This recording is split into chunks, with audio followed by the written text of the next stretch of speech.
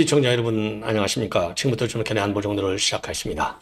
자, 지금 말이죠. 국민의힘이 완전히 지금 벌떼 같은 그런 상황, 벌떼가 완전히 쑤셔놓은 같은 그런 지금 상황인 것 같습니다. 의총에서도 지금 난리가 났다고 그러고요. 자, 장동혁이는 어쨌든 간에 재심의 기회를 줬습니다. 한동훈이 아직 구체적인 입장은 나오지 않고 있어요. 예. 그러나 한동훈이가 이거를 거부하기도 또 받기도 이게 쉽지 않겠죠. 그러나 여론조를 의식해서 한동훈이가 또 계속해서 가열차게 밀어붙여서 그러니까 나는 가처분 신청 이외에는 없다. 이게 지금까지 생각이거든요. 이 생각에 변화를 과연 줄 것이냐.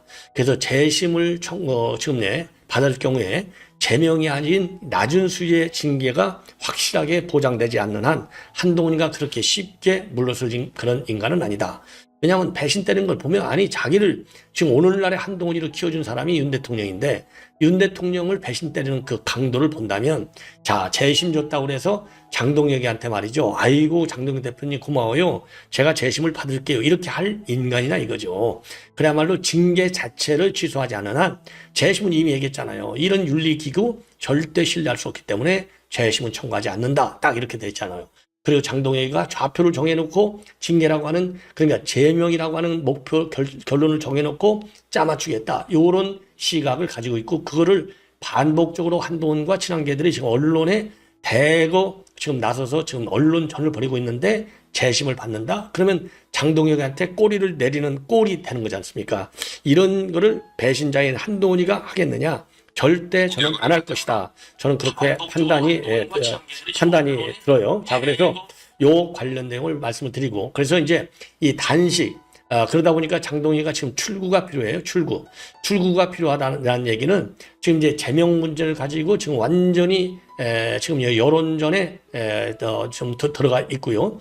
그야말로 죽기 아니면 살기식으로. 그러니까 둘 중에 누군가 하나는 죽을 수밖에 없는 절체절명의 위기국면으로 빠지고 있다. 이게 이제 지금 정치권의 일관된 해석이지 않습니까? 자, 그러다 보니까 말이죠. 그러다 보니까 장동혁이가 이제 탈출구가 필요한 거예요. 이거 제명 문제. 왜냐하면 제일 치명적인 게 윤리위에서 2번씩 발표를 바꿔버렸잖아요. 처음에는 한동훈이가 쓴 게 맞아. 그랬다가 한동훈의 명의의 계정을 이용한 거야. 이랬다가 한동훈 가족 명의의 계정을 이용한 거야. 그럼 어쩌란 말이야. 이거 누가 썼다는 얘기야. 헷갈리잖아요. 윤리위의 마지막 2번씩 수정한 내용을 보면 한동훈이가 주장한 대로 그 한동훈이가 아닐 수도 있네? 이런 생각이 들잖아요. 그러니까 여론전에서 윤리위 이 언론 공지 때문에 지금 장동훈이가 수세로 몰리는 국면으로 가고 있어요. 여기서 벗어나야 되잖아요. 탈출구. 그러다 보니까 단식이라는 지금 카드를 꺼냈다. 그래서 제가 당신은 이제 이 특검, 통일교 특검을 받아 먹어라. 공천원금 특검 반드시 받아라. 이 압박이거든요. 자, 그래서 이제 장동혁이가 그만큼 벼랑 끝에 몰려있는 상황이 되는 겁니다. 자, 그래서 장동혁의 이 단식에 말이죠. 과연 그러면 몇 명이 우리가 당대표가 단식하는 경우 있었죠. 전에 황교안이가 단식 투쟁을 한 바 있어요. 그래서 최근 들어서 이제 황교안 이후로 당대표가 단식하는 건 이제 2번째인데 그만큼 본인의 정치 생명이 걸려있다. 이렇게 보여집니다. 자, 그래서 요 관련 내용을 좀 더 자세하게 설명을 해드리도록 하겠고, 2번째로는 말이죠. 지금 이제 지금 윤 대통령에 대한 구형이 이제 9일날 있었고요. 이번에 이제 9일날 1차, 그리고 2차 13일날 있었죠. 그러다 보니까 이제 2월 19일날 지금 선고한다. 이렇게 되어 있지 않습니까? 2월 19일날 선고. 그러니까 이제 구정 직후에 딱 구정 연휴 바로 다음 날 선고를 하는 겁니다. 이 상황에서 말이죠. 아주 이영돈 PD 유명하신 분이죠. 이영돈 PD가 영화를 만들었습니다. 지난번에는 부정선거와 관련된 다큐를 만들었죠. 이번에는 계엄과 관련된 영화를 만들었어요. 영화. 자, 그래서 이 영화를 이제 상영하게 되는데 우리 시청자 여러분들께서도 많이 영화 좀 봐주시고요. 시사회를 이번에 이제 갖게 됩니다. 자, 그래서 시사회도 좀 많이 참석을 해주시면 좋을 것 같아요. 제 방송을 사랑하시고 시청하시는 여러분들께서도 이 시사회장에 가시면 제 방송 팬이다 이러면은 들어갈 수 있을 것 같습니다. 그러니까 참고하셔서 시사회도 많이 좀 가주셔서 이번 그러니까 이제 윤 대통령의 계엄 1차 그 다큐는 부정선거 중심인데 이번에는요 계엄 중심으로 돼 있어요. 이거는 말하자면 이건 사법심사의 대상이 될 수 없다라고 하는 결론이 되는 것이고, 그러면서 이거를 갖다가 이제 부정선거하고 연계시켜서 요 개헌 문제를 풀어나가고 있어요.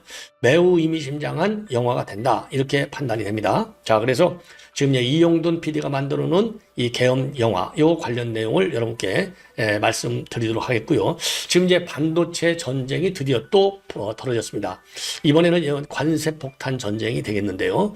한마디로 얘기해서 지금 추가적으로 미국에 수입이 됐다가 이거가 다시 수출될 때 요 관세, 이 반도체 관세를 별도로 25% 때리겠다. 이게 바로 근거가 뭐냐? 미무역 확장법에 따라서 때리겠다. 이렇게 트럼프 대통령이 직접 발표를 했습니다. 자, 그래서 이건 뭐 전 세계적인 또 하나의 관세 전쟁, 그리고 이제 이 보복 무역, 그나마 통상 보호 무역의 이러한 조치다. 그래서 상당한 파문이 예상이 되고, 우리 정부도 말이죠, 즉각적으로 긴급 대책회의를 열었다. 자, 이렇게 지금 알려지고 있어요.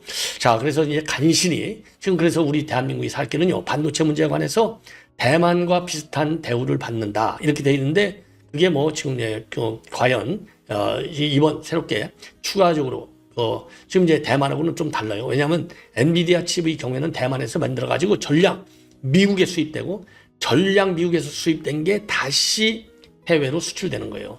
여기에 대해서 관세 25%를 때리겠다는 겁니다. 그러면 한국도 예외 규정을 받겠느냐? 제가 보기에는 쉽지 않을 것이다. 왜? 반도체 최애국 대우를 받아야 되는데 쉽지 않다고 봐요. 왜? 지금 이재명 정부가 트럼프 행정부로부터 신뢰를 받고 있느냐? 점수를 따고 있느냐는 겁니다. 전혀 못 따고 있어요. 점수 따는 게 아니라 점수를 잃고 있죠. 이 잃는 것이 눈에 이제 보이지 않습니까? 여러 국면에서. 그렇기 때문에 지금 반도체, 우리는 지금 이 반도체 자동차, 그 다음에 조선, 이게 대한민국 지금 산업 생태계의 목숨줄이잖아요. 그렇기 때문에 비상 걸리지 않을 수 없는 상황이 되는 것이고요. 그래서 한미 관계의 강화, 말이 아니라 외교적인 조치, 이게 가시준 조치, 이게 그만큼 중요한 거가 되겠습니다. 자, 시청자 여러분, 이렇게 해서 본 방송을 진행하겠고요. 자, 여러분들 말이죠, 이번 토요일 날 1월 17일 오후 2시에 사천중학교에서 있게 되는 정승재 교수의 북콘서트 많이 가주시면 고맙겠습니다. 자, 그리고요, 내주 1월 24일 날에는 충남 서천 문예의 전당에서 있게 되는 2시입니다. 오후 2시 전익현 도의원의 서천생각, 요 북콘서트에도 많이 뭐라고 그러죠? 참여를 해주시면은 대단히 고맙겠다는 말씀을 드립니다. 자, 그러면 말이죠, 우선요, 지금 이제 이 장동혁의 지금 이제 단식과 관련된 동정을 여러분께 말씀을 드리겠습니다. 한마디로 얘기해서 이제 공천헌금, 그러니까 이제 강선우죠. 자, 강선우는요, 지금 이제 지금 보도를 보면은 강선우 이제 체포영장이 넘어올 거 아니에요. 국회에 넘어오면 그 체포영장 내용을 보고 반대할 것인지 찬성할 것인지를 정하겠다. 민주당에서 그런 입장을 내놓고 있어요. 그러니까 한번 여론을 떠보는 것이죠. 야, 이런 인간을 당연히 체포 동의안을 해야지. 말 같은 소리를 하고 있어요. 자, 그래서 오늘 말이죠, 이 장동훈 대표는 이 공천헌금 그리고 통일부 특검 수용 촉구 단식을 시작한다, 이렇게 밝혔습니다. 그래서 오늘 말이죠, 이 국회에서 2차 종합특검법 강행 처리 규탄 대회에 나서서 천하람 개혁신당 대표가 원내대표가 1번 주자로 본회의장에서 필리버스터를 하기 위해 서는 순간, 저는 국민 목소리가 보이는 이곳 국회 본회의장 로텐도홀에서 공천헌금과 통일부 특검법 수용을 촉구하는 단식을 시작하겠다라고 밝히고 있습니다. 자, 그러니까 여러분들 뭐 이미 잘 아시다시피 말이죠, 이 통일교 특검하고 공천헌금은 지금 이제 그 개혁신당하고 같이 연합전선을 펴는 겁니다. 자, 그래서 지금 이제 요 단식에 지금 돌입한다. 그리고 일본 타자를 갖다가 천하람 지금 이제 개혁신당의 원내 대표한테 기회를 준 것이라고 저는 봅니다. 자, 이러한 가운데 말이죠, 2차 종합특검법 강행을, 그러니까 이제 오늘 필버는요, 2차 종합특검법에 따라서 지금 이제 이 필버를 지금 시작하고 있어요. 자, 그래서 천하람 대표가 나왔는데, 천하람 대표는 지금 우리에게 필요한 것은 재탕산탕의 죽은 권력을 부관참시하는 2차 종합특검이 아니라 살아있는 권력의 부패를 도려내는 통일교 돈공천 특검이다. 자, 이렇게 입장을 발표했습니다. 자, 그런데 여느 때와 마찬가지 말이죠, 필버 시작 24시간 지나서 지금 민주당이 단독으로 말이죠, 요 법안을 처리할 예정으로 있습니다. 이거 뭐 대책이 없죠. 이 의석, 그래서 국회의원 선거, 다음 국회의원 선거는 정말 우리 국민 여러분들께서 정말 철저하게 잘 해야 될 것이 아니냐. 이렇게 판단이 됩니다.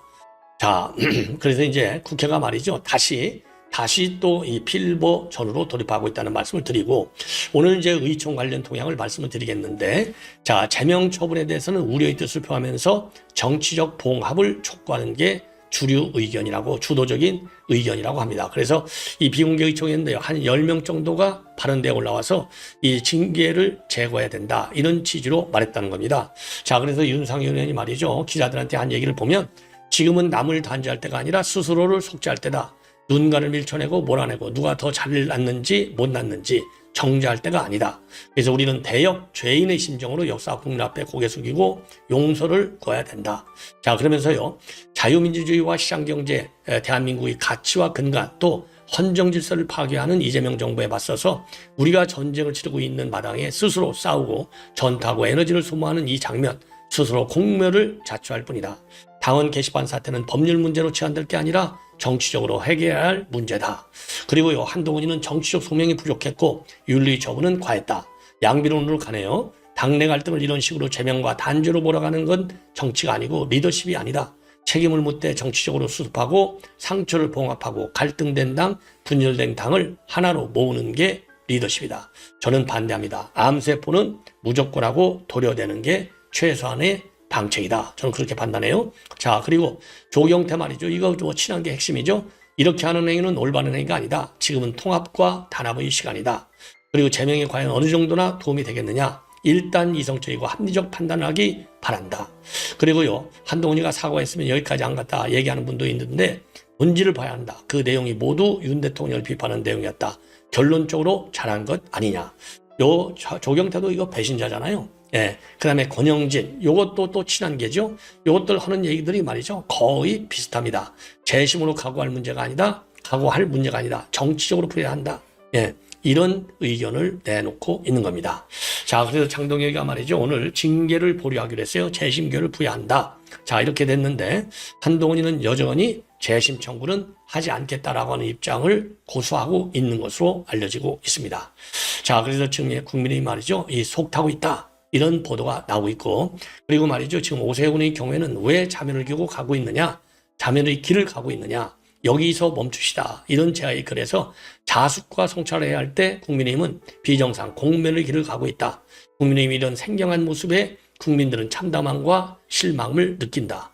자, 그리고 장동혁에 대해서는 이제는 멈춰야 한다. 제명은 공면이므로 더 큰 리더십으로 당을 이끌어야 한다. 이렇게 입장을 내놨고요. 그리고 한동훈에 대해서도 당원들이 납득할 설명을 해야 한다. 통합과 화해의 명분을 먼저 마련해 달라. 예, 이 얘기는요, 먼저 사실관계 먼저 좀 빨리 설명해야지 뭐 하는 거야. 자, 이렇게 한동훈이를 얘기하는 겁니다. 예, 그러면서 통합의 우군인 이준석을 억지로 쫓아내고 무너지는 길을 가야만 했던 뼈아픈 교훈을 잊었느냐.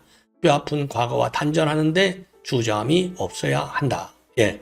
자, 그래서, 지금 오세훈이가 말이죠. 이거 다 오세훈이도 다 배신자잖아요. 이제 바른정당 계열들.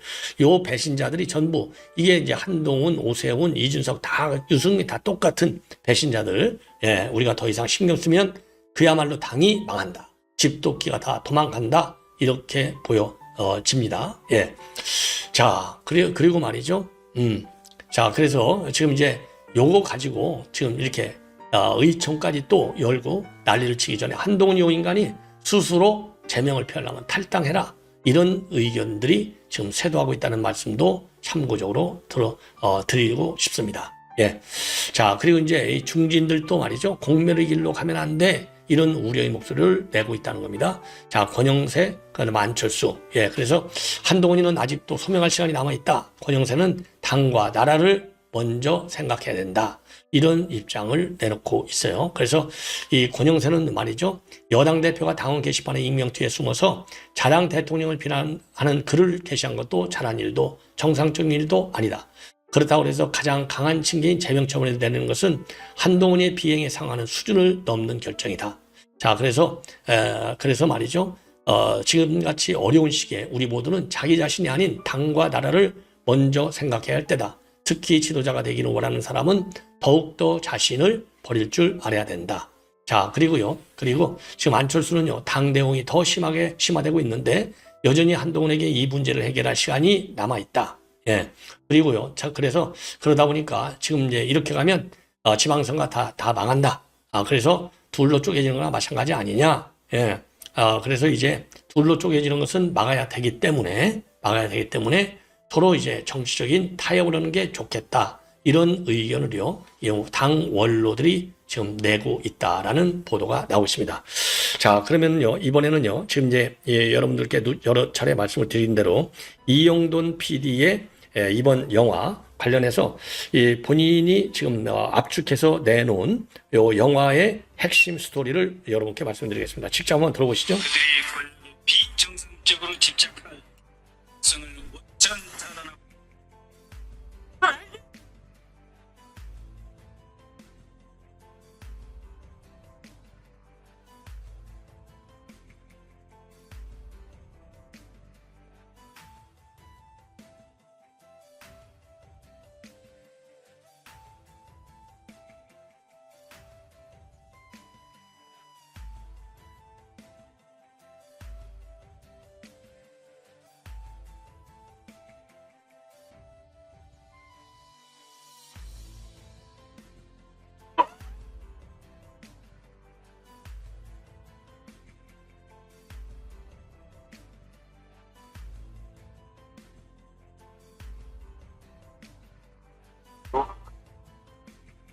하려는 모습을 보이면서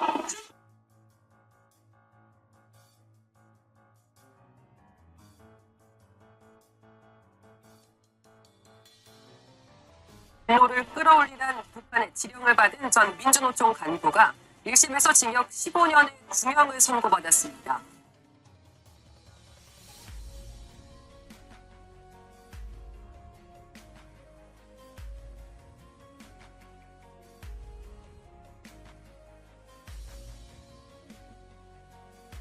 들을 포로에서 수장했더니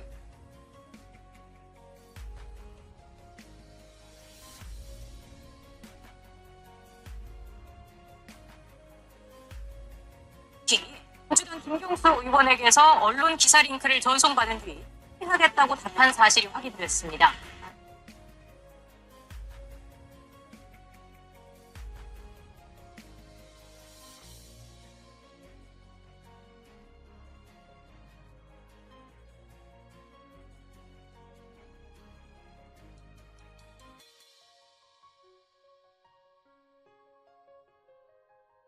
저 출마했어요.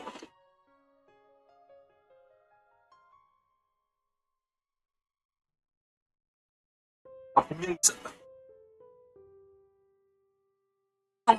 위원장이 사의를 표명했다는 소식이 알려지자 김정일 방송통신위원장 탄핵 소추안을 발의했습니다.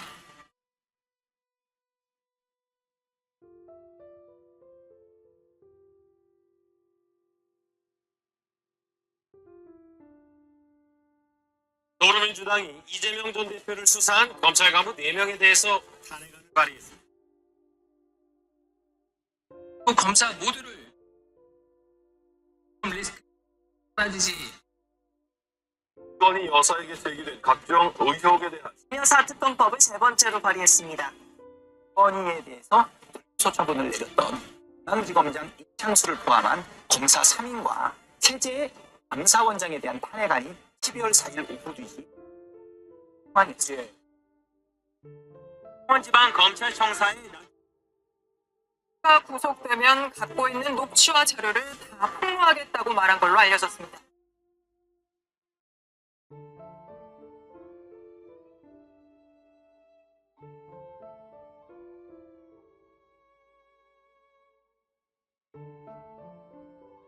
나왔습니다. 평범한 시민들에게서 나왔습니다. 평범한 시민들에게서 나왔습니다.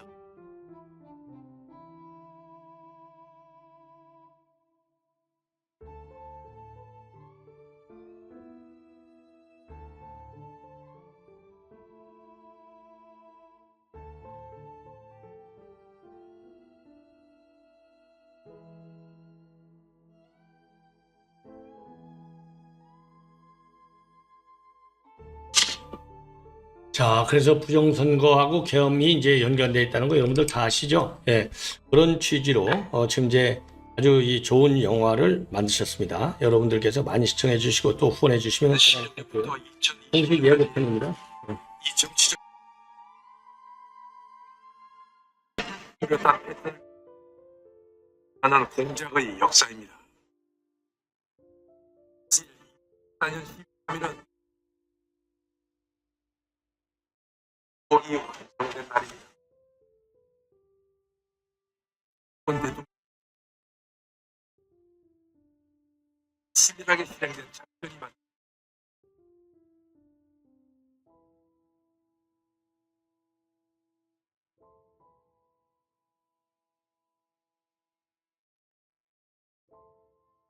문재인 탄핵 시나리오의 완벽한 예성자가 되었습니다.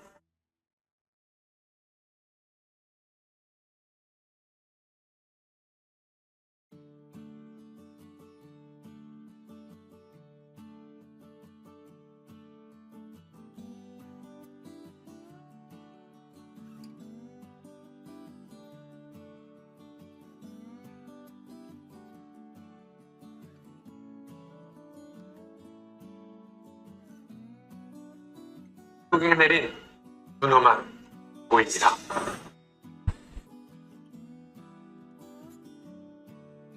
자, 여러분들 말이죠. 그래서 이 계엄은 그야말로 구국의 결단이었다. 이런 이제 결론이 되겠습니다. 자, 그래서 우리 시청자 여러분들께서 말이죠. 이 조작된 내란, 감춰진 진실. 그래서 지금 요 영화는요. 제작을 기획을 지금 그 전한길 대표, 이용든 PD 둘이서 이제 이 영화를 제작한 거 되겠습니다.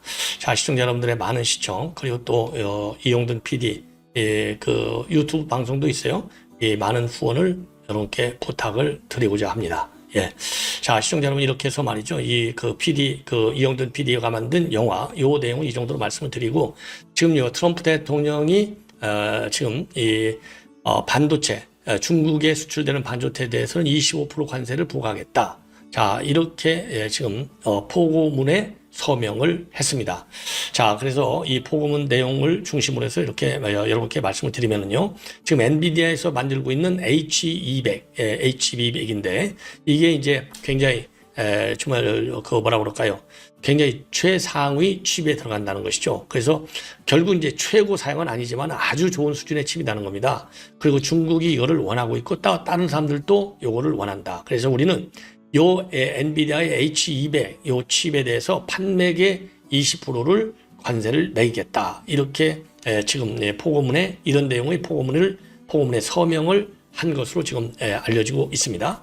자, 그래서 이제 트럼프 대통령이 엔비디아의 최첨단 AI 칩인 블랙웰하고요. 그다음에 곧 출시 예정인 루빈을 언급하면서 그 두 개가 최상위 것이지만은 이 H200도 아주 좋은 칩이다. 자, 그래서 여기에 대해서 지금 이제 관세를 부과하겠다. 이렇게 입장을 내놓고 있는 겁니다. 그래서 엔비디아의 AI 칩은요, 사실상 전량이 대만 TSMC에서 생산돼 가지고 미국으로 수입되고 있다는 겁니다. 그래서 수입된 다음에 다시 수출을 하는 거라는 거죠.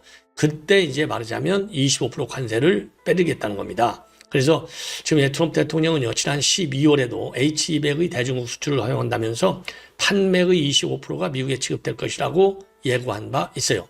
그리고 상무부도 말이죠, 어제 H200의 중국 수출을 위한 규칙 개정 절차를 마무리한 것으로 알려지고 있습니다. 자, 그래서 이번 조치는요, 미 상무부가 작년 12월 22일 무역확장법 제232조에 따라서 반도체 수입이 미 안보에 미치는 영향에 대한 조사 보고서를 제출한 데 따라서 이런 조치가 취해졌다고 합니다. 자, 그리고요, 지금 하워드 로트릭 상무장관도 보고서에서 반도체하고 반도체 제조 장비 그리고 관련 파생 제품이 미국의 국가안보를 해칠 위험이 있는 규모와 조건으로 수입이 되고 있다라고 지적을 했다는 겁니다. 그래서 말이죠, 트럼프 대통령은요, 미국에 수입된 특정 반도체가 미국의 기술 공급망 구축이라든가 또는 반도체 파생 상품의 미국 내 제조 역량 강화에 기여하지 않을 경우에는 20% 관세를 부과했다고 포고문에 명시를 한 겁니다. 자, 그래서 이 백악관의 발표 추가적인 내용을 보면은요, 25% 관세 부과 대상에 엔비디아의 H200하고 AMD의 MI325X 등이 포함된다. 트럼프 대통령은 앞으로 가까운 시일 내에 미국 내 제조를 유도하기 위해 반도체 그리고 파생 제품 수입에 대해서 더 광범위한 관세를 부과할 수 있다. 자, 그래서 이제 반도체 관세 폭탄이 이제 시작에 불과한 참 어마어마한 큰 영향이 불가피하다. 다만요, 중국은요, H200 수입에 제동을 거는 분위기라는 거예요. 그래서 중국 세관 당국은 최근 세관 요원들에 대해서 H200 칩의 중국 반입을 허용하지 말라 이렇게 지시한 것으로 알려지고 있습니다. 예. 자, 그러면서 말이죠. 이 미국의 IT 전문 매체인 디인포메이션 또한 중국 당국이 자국 반도체 기업에 대해서 반드시 필요한 경우에만 H200을 구매하라 이렇게 통보했다고 알려지고 있습니다. 자, 그래서 이 반도체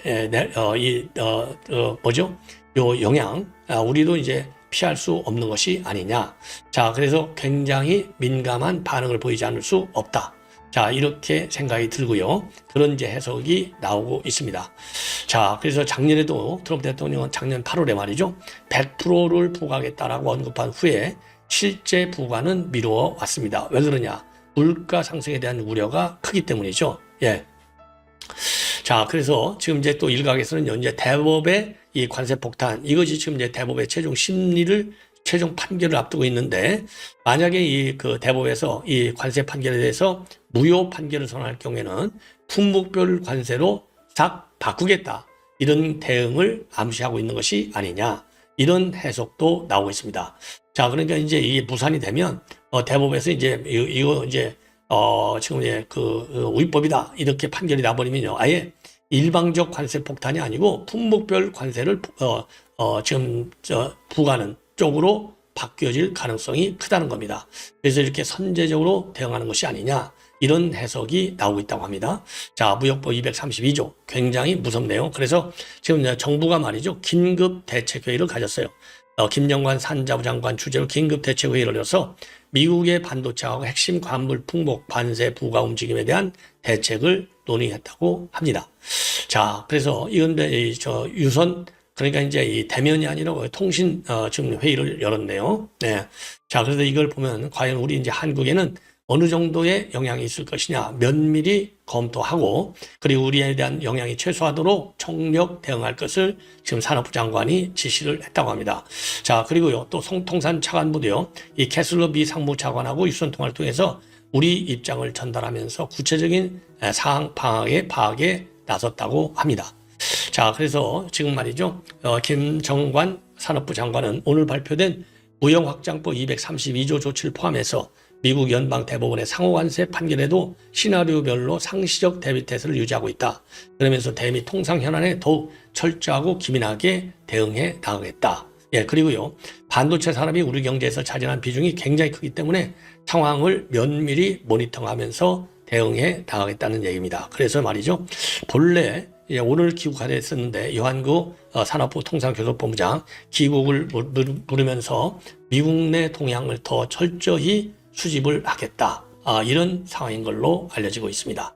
야, 지금 그야말로 무역 전쟁이 다시 재발한 것이 아닌가 매우 우려스러운 장면이 되겠습니다. 시청자 여러분, 이것으로 본 방송을 마치겠습니다. 대단히 고맙습니다.